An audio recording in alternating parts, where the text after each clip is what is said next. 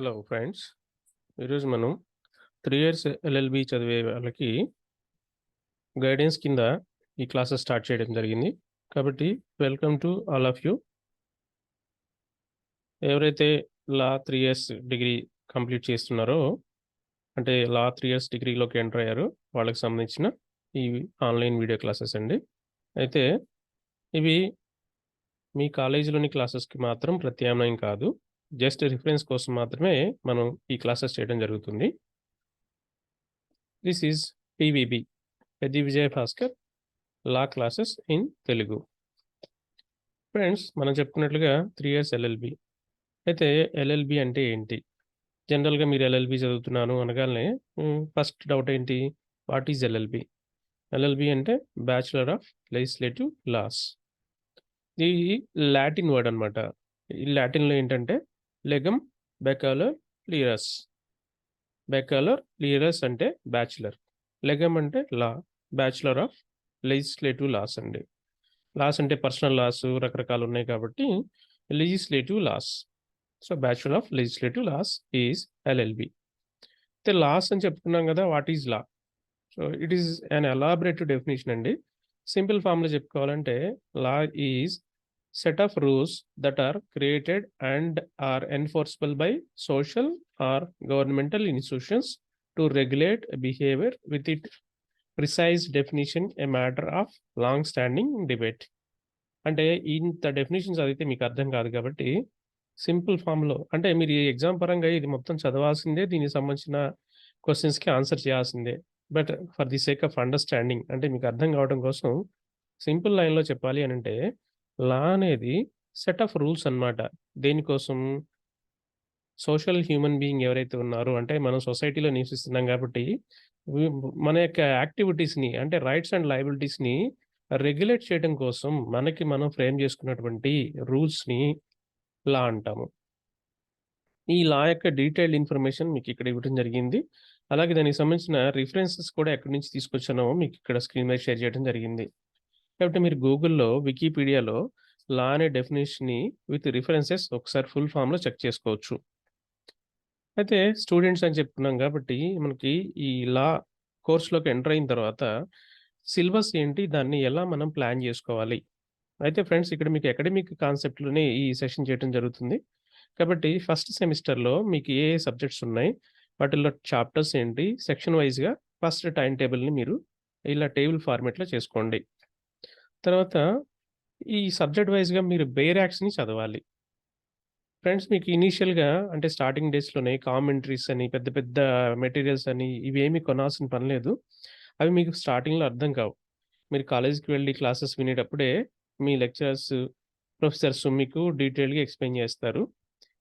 అయితే ఎవరైనా సరే బేర్ యాక్ట్ నుంచే స్టార్ట్ చేయాలి కాబట్టి how to read a bare act, అసలు బేర్ యాక్ట్‌ని ఎలా చదవాలి? మీకు బేర్ యాక్ట్ ఏదైనా సరే ఒకటి ఓపెన్ చేసినప్పుడు, ఫర్ ఎగ్జాంపుల్ మీకు ఇండియన్ కాంట్రాక్ట్ యాక్ట్ ఇది నేను షేర్ చేస్తున్నాను. చూడండి friends, this is the index page. అంటే స్టార్టింగ్‌లో మీకు ఏ బేర్ యాక్ట్‌కైనా ఇండెక్స్ ఇలా ఉంటుంది. దీన్ని ఒకసారి ఓవర్‌వ్యూ చూస్తే చాప్టర్స్, అందులో సెక్షన్స్, వాటి యొక్క బ్రీఫ్ డీటెయిల్స్ అనేది సింగిల్ లైన్‌లో ఇవ్వటం జరిగింది. సో దీన్ని మనం స్టడీ చేయాలి. అంటే బేర్ యాక్ట్ చదవాలంటే ముందుగా ఏం తీసుకోవాలి? ఇండెక్స్. ఇండెక్స్‌లో ఏముంటాయి? చాప్టర్ వైస్‌గా ఆ చాప్టర్ టాపిక్స్ ఏంటి? ఎన్ని సెక్షన్స్ ఉన్నాయి ఒక్కొక్క చాప్టర్‌లో అనేటువంటి డీటెయిల్డ్ ఇన్ఫర్మేషన్ అనేది ప్రిసైజ్‌గా ఇండెక్స్‌లో ఇస్తారు. ఇక సబ్జెక్ట్ వైస్‌గా మనం చదువుకుంటొచ్చేప్పుడు మీరు రెగ్యులర్‌గా క్లాసెస్‌కి అటెండ్ అయినప్పుడు మీ క్లాస్‌లో ఫ్యాకల్టీ ఏదైతే సెక్షన్స్ ఇంపార్టెంట్ అని నోట్ చేసుకోమంటారో, లేదా మీరు ఓల్డ్ క్వెషన్ పేపర్స్‌ని చూసి వాటిల్లో రిపీటెడ్‌గా వచ్చే క్వెషన్స్‌ని మనం ఇంపార్టెంట్ అనుకుంటాం కాబట్టి, అంటే ఇది ఆల్వేస్ కరెక్ట్ అంటే అలా కాదు.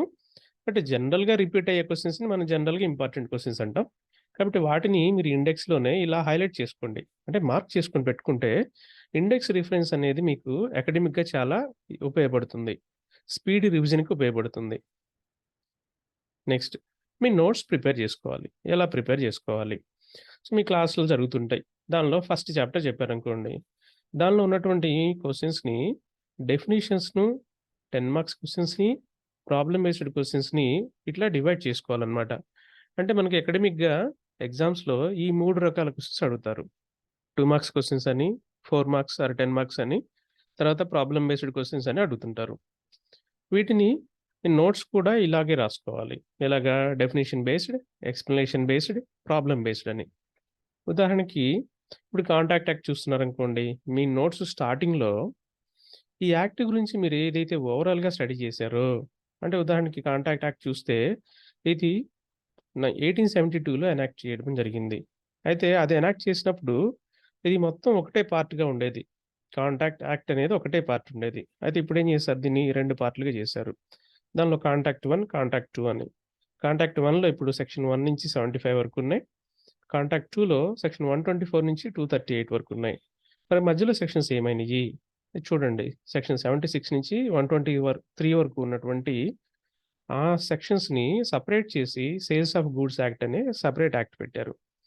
అలాగే రిమైనింగ్ 239 నుంచి 266 వరకు ఉన్నటువంటి సెక్షన్స్‌ని సెపరేట్ చేసి పార్ట్నర్‌షిప్ యాక్ట్ అని సెపరేట్ చేశారు.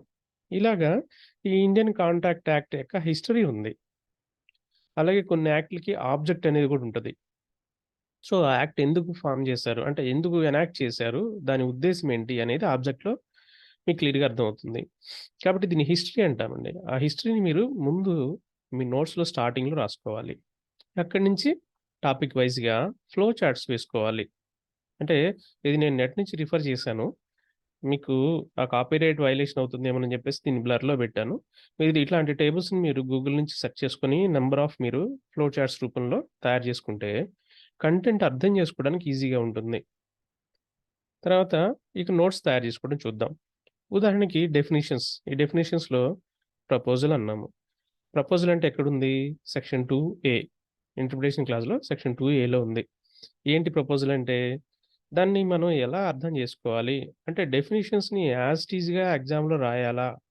అది గుర్తుండడం అనేది అన్ని సార్లు సాధ్యం కాదు గాబట్టి, మీకు స్క్రీన్ మీద నేను కలర్స్ తోటి హైలైట్ చేశాను ఏరియాస్‌ని.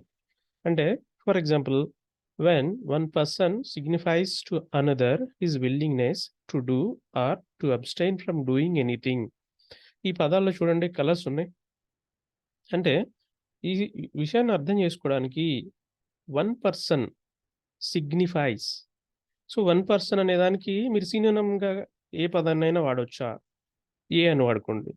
ఏ signifies to B his willingness. అట్లా మీరు ఆ ప్లేస్‌కి తగ్గట్టుగా సినోనిమ్ గాని, ఎగ్జాంపుల్ గాని వాడుకుంటూ మీరు చెప్పాలనుకున్న విషయం గనక మీనింగ్ మారిపోకుండా గనక చెప్పగలిగితే, అంటే సేమ్ మీనింగ్ కన్వే చేయగలిగితే చాలు. ఎగ్జాక్ట్‌గా బట్టి పట్టి అదే అక్షరాలని, అదే పదాలని అక్కడ దించడం సాధ్యం కాదనుకున్న వాళ్ళు మాత్రం మీనింగ్ మిస్ అవ్వకూడదు. ఈ డెఫినిషన్స్‌తో వచ్చిన రిస్క్ ఏంటంటే, మీరు ఏదో ఒక పదం వాడుతున్నాము అంటే మళ్ళా మీనింగ్ మిస్ అవుతుంది. సో, అలాంటి మీనింగ్ మిస్ అవ్వకుండా ఆ ప్లేస్‌లో మీరు రిలవెంట్ వర్డ్స్‌ని గనక ఉపయోగించగలిగితే, అంటే టోటల్‌గా చెప్పాలంటే ఆ డెఫినిషన్ యొక్క ఎసెన్స్ ఆఫ్ మ్యాటర్‌ని మిస్ అవ్వకుండా మీరు చెప్పగలిగితే దానికి మార్కులు వేస్తారు. నెక్స్ట్ పెద్ద క్వెషన్స్ అంటే 10 మార్క్స్ క్వెషన్స్ అనుకోండి. ఫర్ ఎగ్జాంపుల్ కాంట్రాక్ట్ ఉంది. కాంట్రాక్ట్ అంటే డెఫినిషన్ రూపంలో చెప్తే 2 మార్క్స్‌కి చిన్నది ఉంటుంది. ఇప్పుడు ఇక్కడ క్వెషన్ ఏమడిగారు? What is contract? Explain in detail with all concepts about it. అంటే కాంట్రాక్ట్ అంటే ఏంటి? దానికి సంబంధించిన అన్ని కాన్సెప్ట్స్ తోటి డీటెయిల్‌గా ఎక్స్‌ప్లెయిన్ చేయండి అన్నారు. ఉదాహరణకి నేను 10 మార్క్స్ అని చెప్పాను. సో, ఇలాగా పెద్ద క్వెషన్స్ అడిగినప్పుడు వాటిని టోటల్ హిస్టరీతో కలిపి రాయాలన్నమాట. అంటే ఈ కాంట్రాక్ట్ గురించి మాట్లాడాలంటే ఏం రావాలి? ప్రపోజల్ అంటే ఏంటి? యాక్సెప్ట్ అంటే ఏంటి? Consent, promise, consideration, agreement, contract, void and voidable contracts. ఇలా ఒక డీటెయిల్డ్ నోట్స్ రాసుకుంటూ రావాలి. ఇలా డీటెయిల్డ్ ఎక్స్‌ప్లనేషన్ రావాలన్నమాట. సో, 2 మార్క్స్ క్వెషన్‌కి, 10 మార్క్స్ క్వెషన్స్‌కి ఉన్న డిఫరెన్స్ ఇప్పుడు మీకు అర్థమవుతుంది గదా! అలా మీరు ఓన్ నోట్స్ ప్రిపేర్ చేసుకోవచ్చు. లేదా రిఫరెన్స్ కింద వేరే వాళ్ళ దాన్నైనా మీరు స్టడీ చేసి, అల్టిమేట్‌గా మీ ఓన్ నోట్స్‌నే మీరు ఫాలో అవ్వాలి. ఎందుకని? నోట్స్ ఎప్పుడైతే మనం రాస్తామో, మీ బ్రెయిన్‌కి ఆ సబ్జెక్ట్ అనేది బై హార్ట్ అవుతుంది. దాంతోటి ఎగ్జామ్ పాయింట్ ఆఫ్ వ్యూలో మీరు రిటన్ ఫార్మ్‌లోనే ఎగ్జామ్ రాయాలి కాబట్టి, ఎగ్జామ్ రాసేటప్పుడు మీకా కంఫర్ట్ ఉంటది. నెక్స్ట్ ఈ కొన్ని క్వెషన్స్ ఉన్నాయి చూడండి. ఇవి ఎలా ఉంటాయంటే, ఆ సెక్షన్‌లోనే క్వెషన్ మేనర్‌లోనే ఉంటది. ఉదాహరణకి మీకు స్క్రీన్ మీద కనిపిస్తున్న కమ్యూనికేషన్ వెన్ కంప్లీట్. ఇది ఒక క్వెషన్‌గా అడిగారనుకోండి. ఇది సెక్షన్ 4లో ఉంది. డైరెక్ట్‌గా ఆ సెక్షన్‌లో ఉన్న ఎసెన్స్‌ని మీరు రాసేయొచ్చు. ఎలాగా? ఇక్కడ ఈ సెక్షన్ 4లో కమ్యూనికేషన్ ప్రపోజల్ ఎప్పుడు కంప్లీట్ అవుతుంది అంటే ఇక్కడ స్టెప్ వైస్‌గా ఇచ్చాడు. అలాగే దీనికి ఎగ్జాంపుల్స్ కింద అదే సెక్షన్‌లో ఇలిస్ట్రేషన్స్ అని ఇచ్చారు. ఇలిస్ట్రేషన్స్ అంటే దానికి సంబంధించిన ఎక్స్‌ప్లనేషన్ అన్నమాట. ఎక్స్‌ప్లనేషన్స్, ఇలిస్ట్రేషన్స్, ఎగ్జాంపుల్స్ అనేవి ఆ సెక్షన్‌ని డీటెయిల్‌గా అర్థం చేసుకోవడానికి ఇచ్చేటువంటి extension of the subject matter అన్నమాట. కాబట్టి ఆ సెక్షన్ ఇలిస్ట్రేషన్స్‌తో కలిపి చదువుకోవాలి. నెక్స్ట్ ఇందాక చెప్పుకున్నట్టుగా ఫ్లో చార్ట్స్ లేదా ఇట్లా డయాగ్రామ్స్ వీటితోటి మీకు సబ్జెక్ట్ యొక్క ఎనాలిసిస్ అనేది అంటే దాన్ని అనలైజ్ చేసుకోవడం, విజువలైజ్ చేసుకోవడం అనేది సింపుల్ ఫామ్‌లో చేసుకోవడం వల్ల మీకు ఇది ప్రాక్టికల్ గాను, థియరిటికల్ గాను ఈజీ యాక్సెస్ అవుతుంది. అలాగే కేస్ లాస్. అసలు కేస్ లాస్ అంటే ఏంటి? అంటే ఒక ప్రాబ్లమ్‌ని తీసుకొని ఇంతకు ముందు సుప్రీం కోర్ట్ కానివ్వండి, హై కోర్ట్స్ కానివ్వండి, ఆ ప్రాబ్లమ్‌ని ఎలా సాల్వ్ చేసినవి, దాని యొక్క ఎసెన్స్ ఏంటి అనేది మనకి కేస్ లాస్‌లో చెప్తా ఉంటారు. అంటే ప్రీవియస్‌గా సుప్రీం కోర్ట్ గాని, ప్రైవీ కౌన్సిల్ అంటే మనకి ఇండియా ఇండిపెండెన్స్‌కి రాకముందు బ్రిటిష్ వాళ్ళ టైంలో బ్రిటిషర్స్ వాళ్ళ కోర్ట్స్‌లో ప్రైవీ కౌన్సిల్ అని ఉండేది. వాటి నుంచి కూడా మనం ఇప్పటికీ చాలా జడ్జ్‌మెంట్స్‌ని ఫాలో అవుతున్నాం. సో, అలా వాటిల్లో బాల్ఫోర్ వర్సెస్ బాల్ఫోర్ అనేది ఒక కాంట్రాక్ట్ యాక్ట్‌కి సంబంధించినటువంటి ఒక లీడింగ్ జడ్జ్‌మెంట్. దీనిలో ఏంటి హస్బాండ్, వైఫ్ మధ్య ప్రపోజల్ యాక్సెప్టెన్స్ కాంట్రాక్ట్‌గా అవుతుందా? దానికి బైండింగ్ నేచర్ వస్తుందా? లేదా? అనేది ఒక ఇష్యూ అయింది. దానిలో ఏంటి హస్బాండ్ అండ్ వైఫ్ ఒక వేరే దేశానికి వెళ్తారు. అక్కడికి వెళ్ళినప్పుడు హస్బాండ్ ఏమంటారంటే ఆమె హెల్త్ పాడైపోతుంది. అప్పుడేమంటారు, "నువ్వు ఇక్కడే ఉండు. నీకు కావాల్సిన మెయింటెనెన్స్ నేను పంపిస్తాను. నేను జాబ్ చేసుకోవడానికి మళ్ళీ మన వర్క్ స్టేషన్‌కి వెళ్ళాలని" చెప్పేసి అక్కడికి తిరిగి వెళ్ళిపోతాడు. అయితే అక్కడికి వెళ్ళిన తర్వాత అతను మెయింటెనెన్స్ పంపించడు. అప్పుడు దాని గురించి ఆమె కాంట్రాక్చువల్ ఆబ్లిగేషన్స్‌లో ఇతను లయబుల్ అని చెప్పేసి అతని మీద అంటే హస్బాండ్ మీద సూట్ ఫైల్ చేస్తుంది. అప్పుడు ఈ రిలేషన్ అనేది ఫ్యామిలీ అగ్రీమెంట్. ఫ్యామిలీ అగ్రీమెంట్‌ని మనం కాంట్రాక్చువల్‌గా తీసుకోవచ్చా లేదా? అనే పాయింట్‌లో intention to be legally bound అంటే లీగల్లీ బౌండ్ అయితేనే అది కాంట్రాక్ట్ అవుతుంది.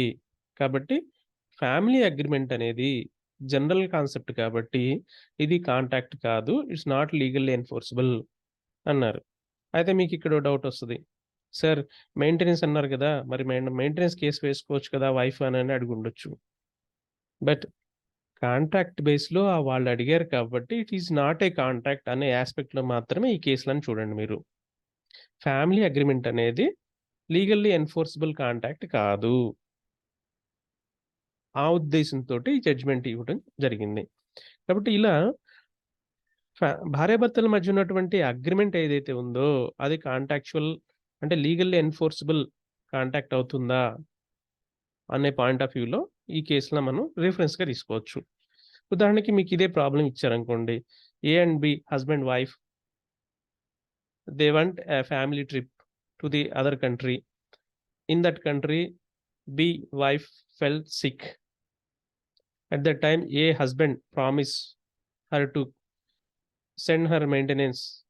With that promise, he get back to work station.